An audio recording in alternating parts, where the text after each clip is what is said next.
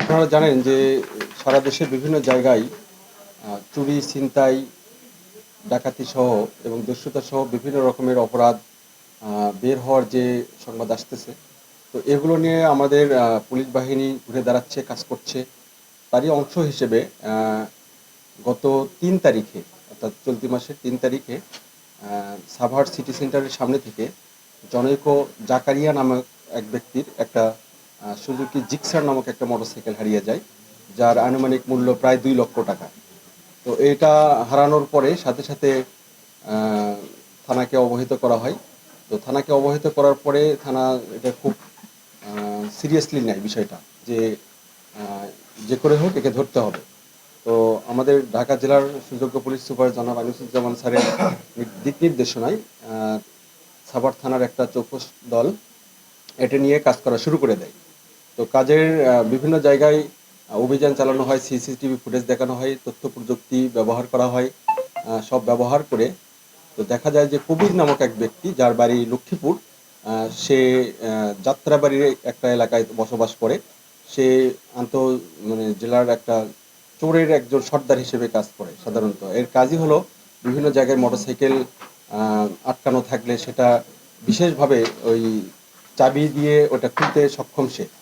তো তাকে কুমিল্লার দাউদকান্দি থেকে আহ, গতকাল তাকে গ্রেপ্তার করা হয়। গ্রেপ্তার করে তাকে এই মামলায় তাকে দেখানো হয়। তো ওইটা আমাদের চলমান মানে অভিযান থাকবে। এই ধরনের সাধারণত মোটরসাইকেল বা ল্যাপটপ, কম্পিউটার এগুলো হারানো গেলে এগুলো খুঁজে পাওয়া খুব কঠিন হয়ে যায়। তো আমাদের এটা অসাধ্যকে সাধন করা হয়েছে, বিশেষ করে আমাদের প্রচেষ্টার ফলে।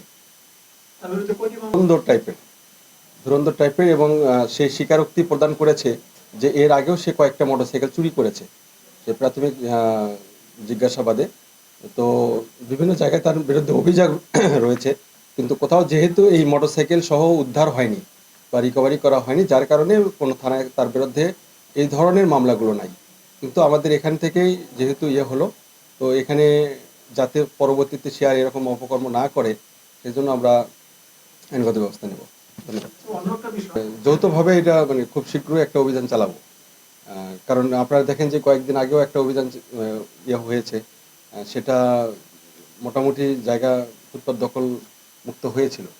তো এখন আবার যারা বসার চেষ্টা করছে, এটা গতকালকেও আমরা অনেকের সাথে কথা বলেছি যে যার দোকানের সামনে বসবে এই ফুটপাত নিয়ে, তো তাদেরকে নিয়ে আমরা বসা হয়েছিল। ওসি সাহেবও ছিলেন গতকালকে, তাদের সাথে রাতেও কথা হয়েছে যে তাদের দোকানের সামনে তারা মানে একতাবদ্ধভাবে থাকবে, যে যদি কেউ কোনো রকমের বলে যে আমি এই ফুটপাত দখল করবো, এই সামনে বা রাজনৈতিক যে ব্যক্তিত্ব রয়েছে অথবা যারা প্রভাবশালী চাঁদাবাজ রয়েছে, তারা যদি বলে যে আমরা কাউকে এখানে পুনর্বাসন করাবো এই দোকানের সামনে, তখন দোকানদারকে বলা বলা হয়েছে তাদের সামনে কেউ এরকম যদি বসার চেষ্টা করে, তাহলে আমাদের থানাকে অবহিত করবে, আমরা তাদের বিরুদ্ধে আইনগত ব্যবস্থা নেব।